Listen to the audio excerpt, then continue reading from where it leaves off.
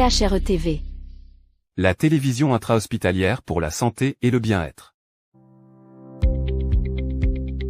Top Santé Média. Qu'est-ce que c'est? C'est la bonne information, au bon moment et en langue locale. C'est la création de vidéos de prévention santé à leur diffusion sur des supports physiques et numériques.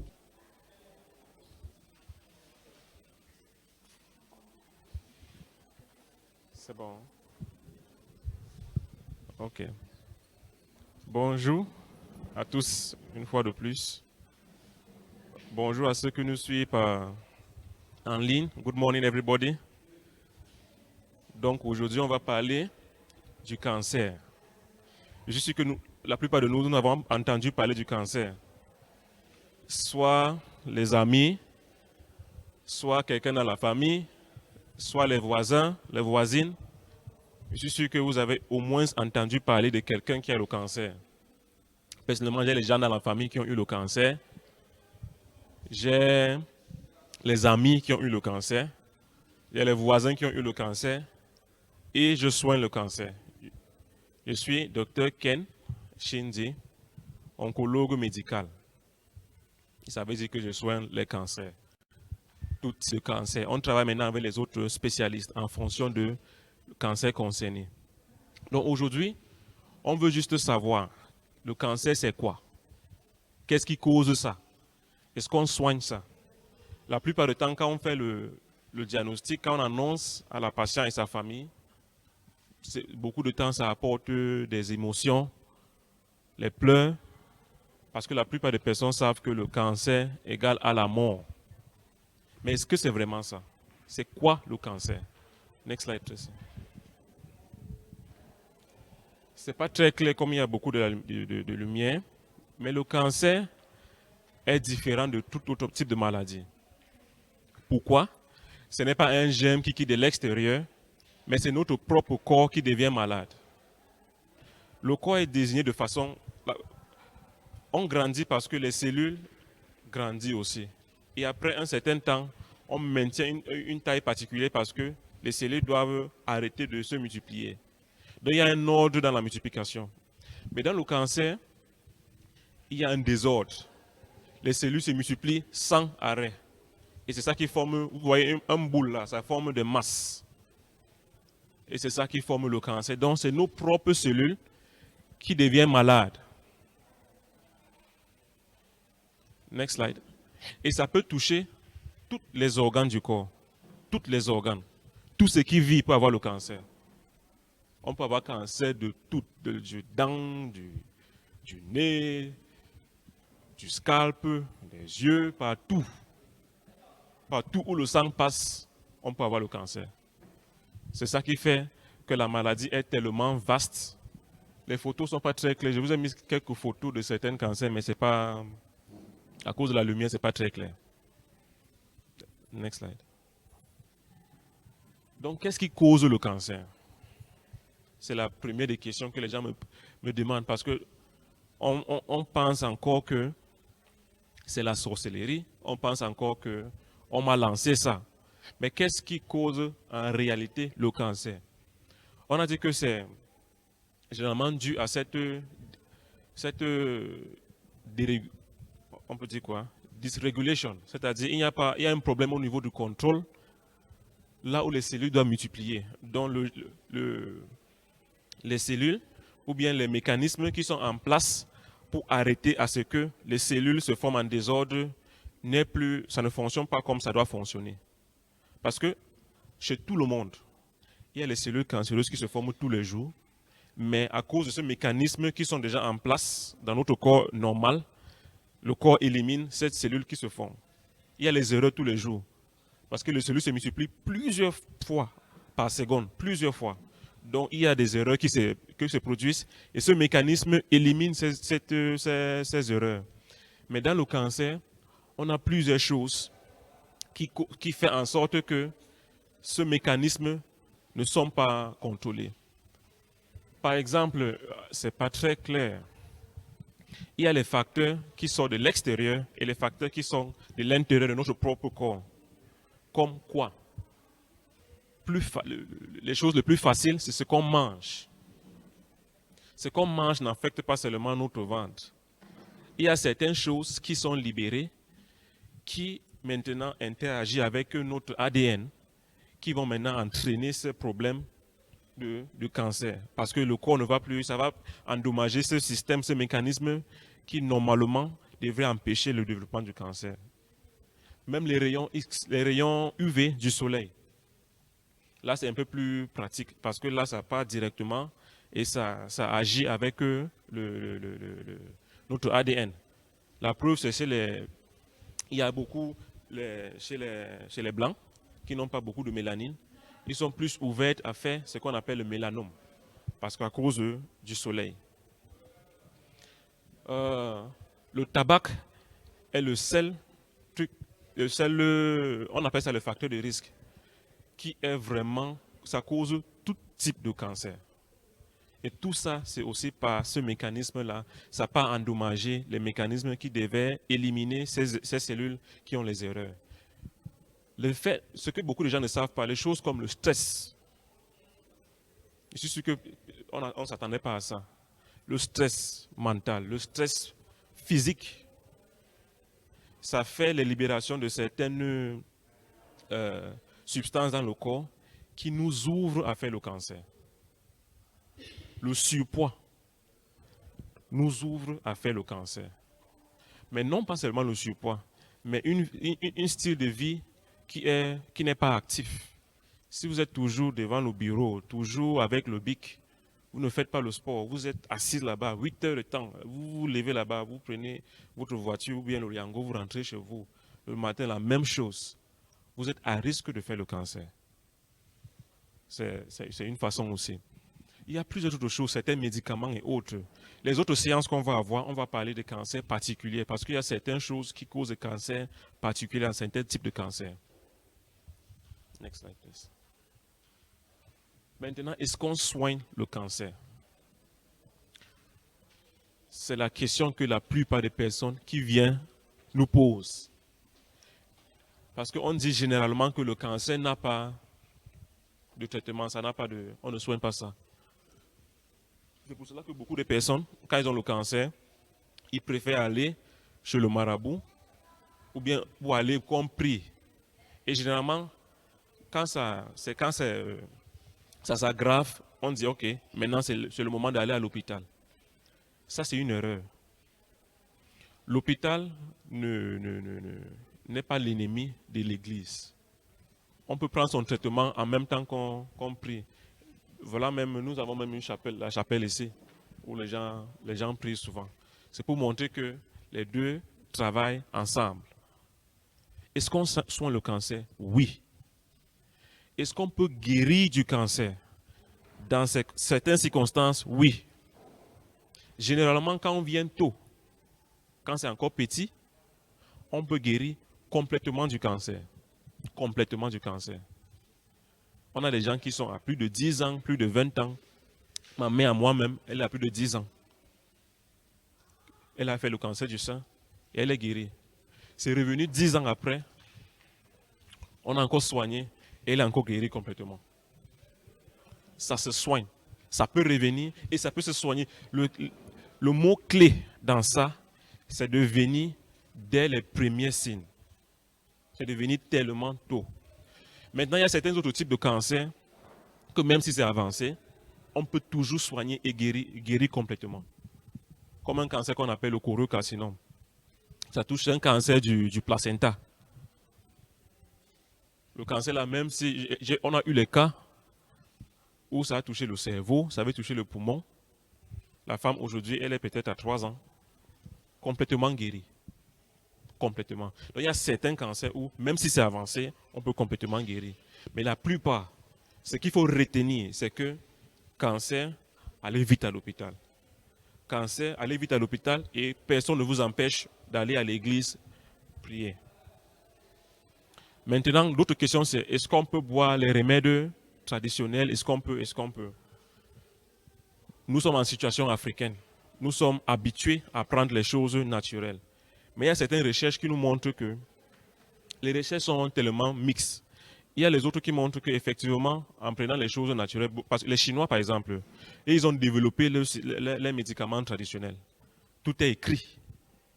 Toutes les choses sont écrites. Ils ont vraiment fait beaucoup de recherches. Donc, pour eux, ils ont montré certains de leurs médicaments améliorent le traitement du cancer. Quand on prend ça, on prend la chimiothérapie, ça marche mieux. Mais certains autres effacent plutôt l'effet. Le problème chez nous, c'est que on n'a pas des études. Chaque praticien travaille seul. On ne sait pas de quoi, quel médicament à l'intérieur et tout. Donc c'est un peu difficile de répondre, est-ce qu'on peut prendre la chimio et l'autre? Généralement, on dit non, parce que la plupart du temps, ça interagit et ça dérange. Maintenant, moi-même, je fais partie d'un laboratoire de recherche à Yaoundé, où maintenant on fait la recherche de ces substances. C'est pour vous dire que nous sommes ouverts. On veut tout ce qui va soigner, même si c'est le médicament, même si c'est l'herbe, même si c'est tout. Il y a la recherche qui est en place déjà ici au Cameroun pour nous aider avec cette maladie. Donc, quand la personne vient tôt, généralement, on opère. Il y a ce qu'on appelle la chimiothérapie. Quand les gens entendent ça, on pense à une machine, on va vous mettre dedans. C'est un traitement qui va vous casser. Non, chimiothérapie, c'est les médicaments chimiques. Comme quoi, même le paracétamol, c'est une chimiothérapie. Parce que c'est un médicament qu'on a fabriqué par les produits chimiques. La chimiothérapie, on donne dans les veines comme tout autre médicament. Le seul problème, c'est qu'avec le cancer, on a beaucoup plus d'effets secondaires. Pourquoi? Si vous avez vu les premiers diapos, on peut comprendre. Parce que c'est nos cellules propres qui sont malades. Ce n'est pas le germe, ce n'est pas le palu qui entre, ce n'est pas la fièvre typhoïde, c'est notre propre corps. Donc en soignant ça, certaines autres cellules normales vont aussi partir avec. C'est ça qui fait que ça casse. Mais le médicament se calcule en fonction du poids, en fonction du taille de la personne. Ça se calcule aussi en fonction de l'âge, en fonction de l'énergie de la personne. Donc on prend toutes les dispositions. Même s'il y a les effets secondaires, il y a les médicaments qu'on donne encore beaucoup pour prévenir. Et même si ça vient pour soigner. Les enfants on a déjà donné la chimiothérapie à un enfant de 4 mois qui avait un cancer du rein. On a d'abord opéré, enlevé le rein. Et l'enfant aujourd'hui a peut-être 7 ans. C'était en 2019. Ça fait combien? Je ne sais pas. 6 ans. En 2019. L'enfant avait 4 mois. On a une patiente ici, 80 ans, qui reçoit la chimiothérapie. Donc ce n'est pas en fonction de l'âge, mais en fonction de la personne devant nous. Il y a d'autres formes de traitement comme la radiothérapie qui n'est pas disponible ici, c'est seulement à Douala, pour certains types de cancers aussi. Donc, en résumé, go to the next slide. C'est pas très clair, mais je voulais vous montrer comment on fait ça ici. Il y avait une photo de la chimiothérapie ici, au CHR de Bolova, et l'opération, c'est-à-dire la chirurgie d'un cancer ici au CHR. En résumé, c'est que le cancer, c'est une maladie comme les autres. Ça a les facteurs de risque qu'on peut éviter pour prévenir ça. On peut vraiment prévenir le cancer. Et dans les autres séances qu'on aura, on va parler des cancers particuliers et comment prévenir de ces cancers, comment prévenir ces cancers particuliers. Ça peut arriver que vous n'êtes pas là, mais vous pouvez, il y a une page de Top Santé Média. Ils sont là aujourd'hui. Donc, à travers leur page, on peut avoir toutes les informations. On va faire l'effort il y aura plusieurs séances comme ça. Il y aura les autres vidéos qu'on va faire en dehors de vous, juste les enregistrements pour mettre là-bas. On va vraiment vous bombarder avec l'information de comment prévenir ces maladies. Parce que c'est vraiment plus facile de prévenir. C'est très difficile mentalement quand on a la maladie. Les médicaments coûtent cher. Donc vraiment, si on peut prévenir, même si ça coûte, c'est vraiment moins cher, c'est vraiment plus facile de prévenir cette maladie. Mais même si ça arrive, il faut savoir que ça se soigne. Merci. Je ne sais pas s'il y a des questions. OK.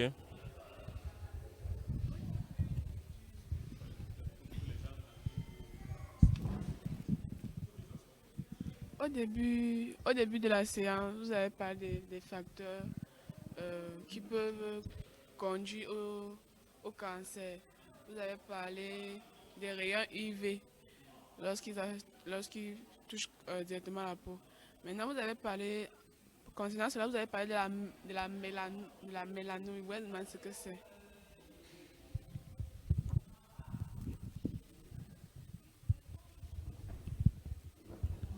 Ok. En même temps, on essaye de vous donner les informations sans vous trop surcharger d'informations techniques. Mais la mélanine, c'est ce qui nous fait noir. C'est tout ça. Mélanine, c'est ce qui nous fait qu'on soit noir. Ce sont les cellules qui sont qui donnent la couleur de peau. C'est ça.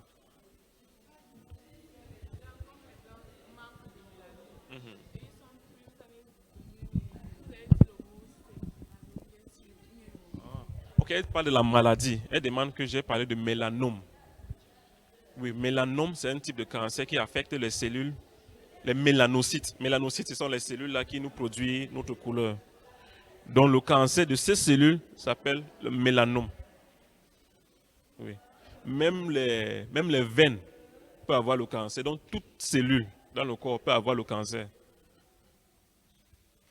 C'est ça, oui. Ok. Comment alors faire la différence entre le mal de cancer et les autres maux du corps? Ça, c'est une très très bonne question. Parce que, généralement, on arrive tard parce qu'on ne connaît pas. On avait fait une étude à Yaoundé, là où j'étais chez les enfants. On a enquêté beaucoup de malades pour savoir où ils ont passé. On s'est rendu compte que les gens arrivent tard, pas parce que les gens ne partent pas à l'hôpital. Mais ils partent à l'hôpital, mais c'est qu'on dure avant de savoir que c'est le cancer. Donc ce n'est pas de votre faute. Mais maintenant, c'est la raison pour laquelle il faut qu'on parle beaucoup de ça. Pour que même le personnel médical et le personnel non médical soient au courant des signes.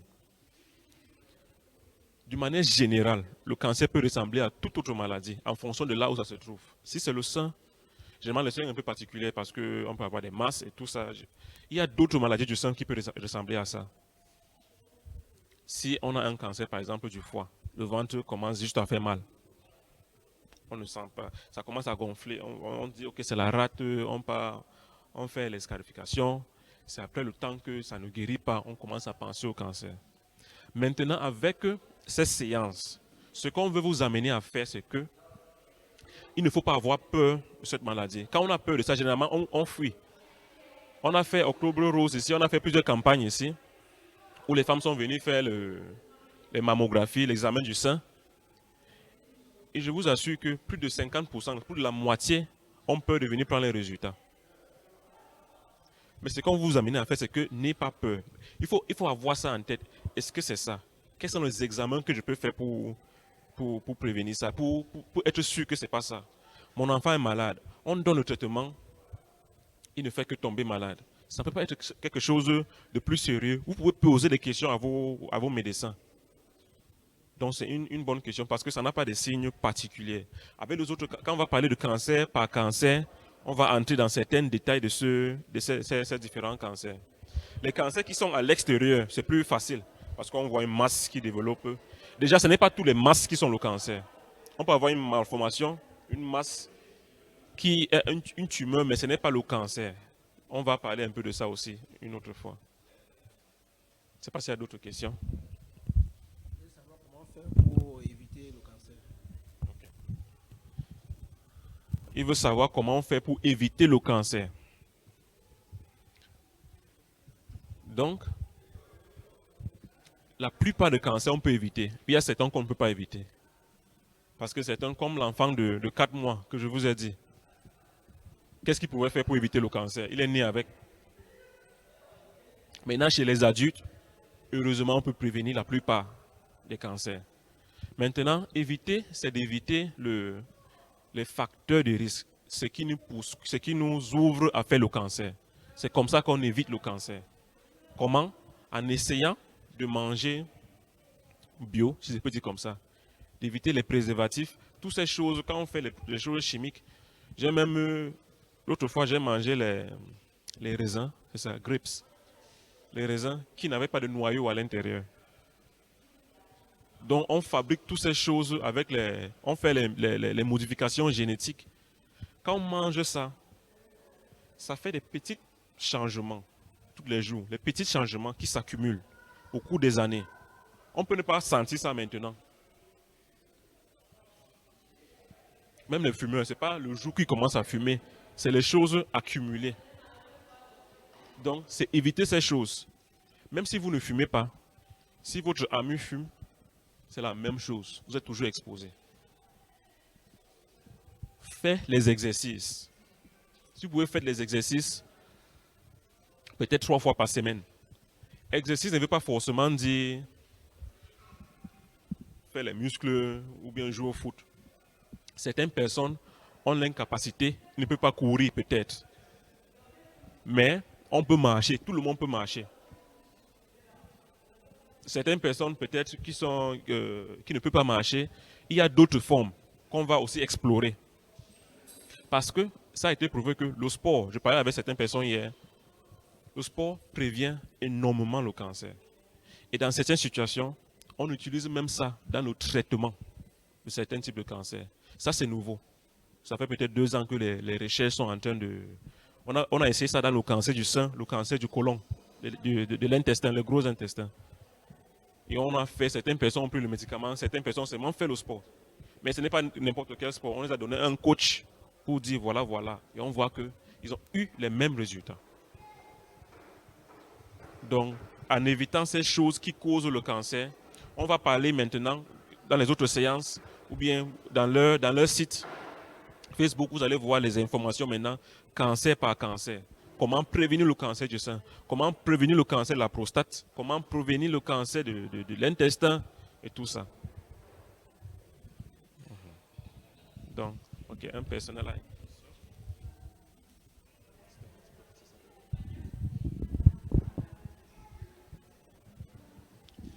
Bonjour à tous. Un internaute a posé une question.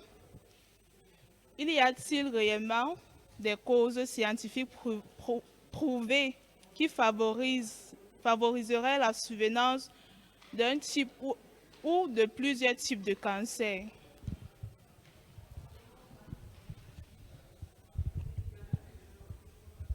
Ok, merci. Ça, c'est quelqu'un en ligne qui pose la question. Est-ce qu'il y a les causes scientifiquement prouvées du cancer? Et la réponse est oui. La réponse simple, c'est oui. Par exemple, le cancer du col de l'utérus. Je suis que la plupart de nous, on a entendu parler de ça. Le col de l'utérus. C'est prouvé que plus de 90%, dans certains endroits, c'est même 98%, est causé par une infection qui est sexuellement transmissible. Le virus HPV. C'est pour cela que maintenant, on a apporté le vaccin HPV, qu'on donne aux petites filles qui ne sont pas encore sexuellement actives pour les prévenir cette infection. Parce que dans 90% des cancers, c'est le HPV qui cause ça. L'HPV cause aussi d'autres cancers, comme le cancer anal, qui peut aussi affecter l'homme, le cancer du cou, peut-être certains cancers du cou. Donc, en donnant ces vaccins à ces petits enfants, nous sommes en train de les prévenir ces cancers. Donc, voilà certaines causes. Maintenant, certains cancers, ça a été aussi prouvé que, scientifiquement, certaines mutations génétiques qu'on peut prendre de ses parents, c'est héréditaire. Donc, si vous avez les membres de la famille qui ont un cancer, n'ayez pas peur.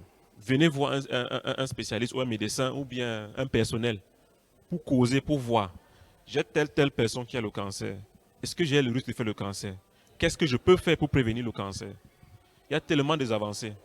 Dans les pays développés maintenant, ils forment même les vaccins. C'est-à-dire, on voit que vous avez ces mutations que vous avez prises de vos parents et on produit un vaccin pour ces mutations, pour vous prévenir de faire le cancer. Ce n'est pas encore ici en Afrique, mais peut-être un jour on va y arriver aussi. Le cancer du foie, nous tous on mange des arachides. Il y a un champignon dans les arachides gâtés qui est prouvé scientifiquement que ça cause le cancer du foie. Par exemple. Même les choses fumées qu'on mange, les poissons fumés, tout ça. La peau noire, là, ça a été prouvé que ça augmente le risque de faire le cancer du côlon, par exemple. Donc voilà, c'est un exemple des choses scientifiquement prouvées qui peuvent causer le cancer.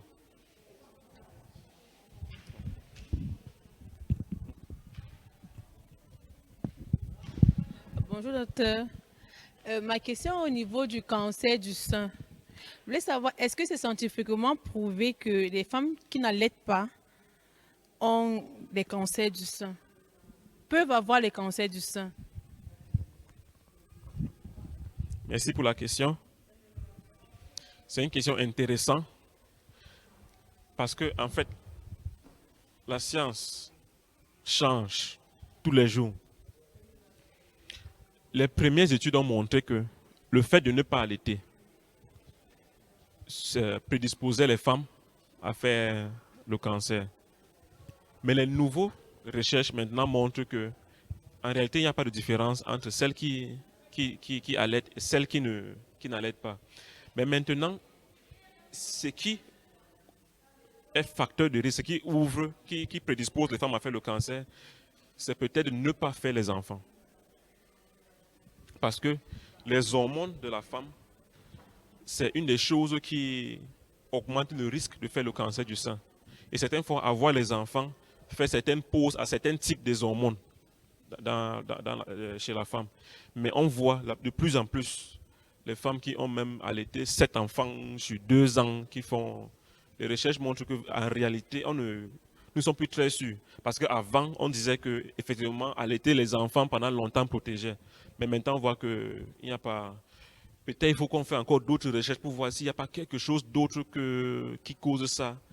Peut-être ça protège encore, mais les données ne sont pas très claires pour le moment. Le cancer du sein est causé par plusieurs facteurs. Il y a plusieurs facteurs de risque. Là, on a parlé un peu des facteurs, de ce qui peut causer le cancer en général.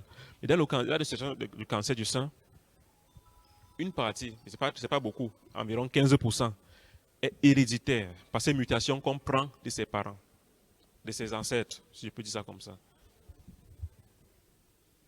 Il y a même, on fait même des études ici déjà au Cameroun, on fait les tests génétiques, c'est les gens qui sont à risque pour voir est-ce qu'ils sont ces gènes, qu'est-ce qu'on peut faire pour prévenir. Il y a les médicaments qu'on peut prendre, il y a les chirurgies préventives qu'on peut faire, ou bien les sports et les dépistages qu'on peut faire. Maintenant, autre chose dans le cancer du sein. Autre chose dans le cancer du sein, il y a certaines choses qu'on ne peut pas modifier comme les mutations héréditaires, comme le fait d'avoir une exposition longue aux hormones. Les filles qui ont les règles très tôt, 8 ans, la fille elle a déjà les règles, ou 9 ans, ou 10 ans, avant 12 ans généralement. Ça ouvre, elle est beaucoup plus exposée à les hormones. Ça l'expose à faire le cancer. Ou bien la femme qui fait la ménopause très tard, 55 ans, en plus de 55 ans, là, elle est exposée pendant longtemps avec les hormones. Donc elle est à risque de faire le cancer. De plus en plus, on voit que même les hormones qu'on boit, c'est-à-dire les pilules ou bien les jadelles et autres, ça augmente le risque. Ce n'est pas trop élevé, mais il y a quand même le risque. C'est pour cela qu'on demande toujours de passer par un médecin, votre gynécologue ou bien votre médecin traitant, avant de prendre ces pilules, ces contraceptifs. Il y a d'autres choses. Il y a une recherche qui est en cours au Nigeria. Ils se disent que les soutiens qui servent trop, ils sont en train de voir. Parce qu'avant qu'on dise que quelque chose cause le cancer, on prend une population, on voit tout le monde, on voit les gens qui ont le cancer, on voit les caractéristiques qui est plus fréquent là-bas. Et maintenant, on doit tester au laboratoire pour voir. Pour l'autre aussi, on n'a pas encore testé au laboratoire, mais on voit que beaucoup de femmes qui ont le cancer, ils portaient les soutiens qui serrent trop et autre chose. Il y a d'autres petites choses, mais voilà les choses un peu plus fréquentes. Je ne sais pas s'il y a d'autres questions ou qu'on S'il n'y a pas d'autres questions, je pense qu'on va, on va clôturer là. Ok. Je voulais savoir, est-ce que le cancer de la prostate il y a l'âge en fait? Il y a l'âge limite pour avoir le cancer de la prostate ou alors même les enfants, les gamins de moins de 18 ans peuvent avoir le cancer de la prostate? C'est une bonne question. Parce qu'avant, on savait que le cancer, c'était pour les vieillards. Mais maintenant, on voit que même les jeunes ont le cancer. Dans le cas particulier de la prostate, c'est vraiment rare de trouver ça chez les gamins. Mais on a déjà ça chez les gens de 22, c'est-à-dire la deuxième tranche de la vingtaine et les trentaines. On voit des gens déjà avec le cancer de la prostate. Comparé au sein, j'ai déjà vu une fille à 8 ans avec cancer du sein. À 8 ans. On a de plus en plus les 18 ans, les 16 ans, les 20 ans, beaucoup. Donc, il y a beaucoup de choses qu'on mange maintenant qu'on ne mangeait pas avant. Il y a beaucoup de changements de style de vie qui nous ouvrent à faire ce type de cancer. Ok. Merci, docteur. On a souvent entendu dire que le fait de se faire sucer les seins prévenait du cancer du sein. J'aimerais savoir si scientifiquement c'est vrai. C'est la même question qu'elle a posée par rapport. Ce n'est pas juste sucer parce que même l'allaitement là, ce n'était pas le lait qui sort qui protégeait, mais le fait de cette succion. C'est un peu ça. Avant, on se disait que ça protège. Maintenant, nous ne sommes plus très sûrs. Mais, comme le cancer, c'est un démon, entre guillemets, si on a quelque chose qui peut soigner ça, si on a quelque chose, on privilégie ça. Oui. Au moins, on sait que ça ne va pas donner quelque chose de mauvais. Au moins, avant, on savait que ça protégeait. Donc, il faut d'abord faire ça avant qu'on trouve d'autres moyens de prévenir. Oui. OK. Donc, ce qu'on rentre avec, c'est que le cancer se soigne. Même si c'est tôt, on soigne. Si c'est tard, on soigne. On ne guérit pas forcément, mais on soigne. Si c'est tôt, on peut guérir. On peut vraiment guérir.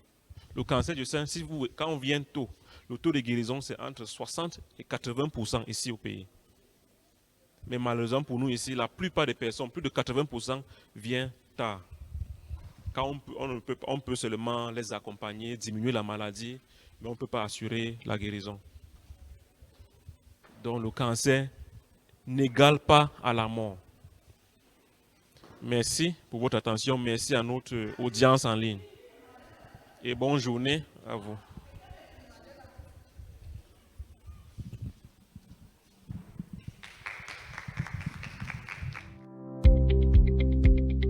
Top Santé Média. Qu'est-ce que c'est? C'est la bonne information, au bon moment et en langue locale. C'est la création de vidéos de prévention santé à leur diffusion sur des supports physiques et numériques. C'est la prévention à tout âge, à tous les sexes et à toutes les classes sociales. Ce sont des individus, des entreprises, des institutions,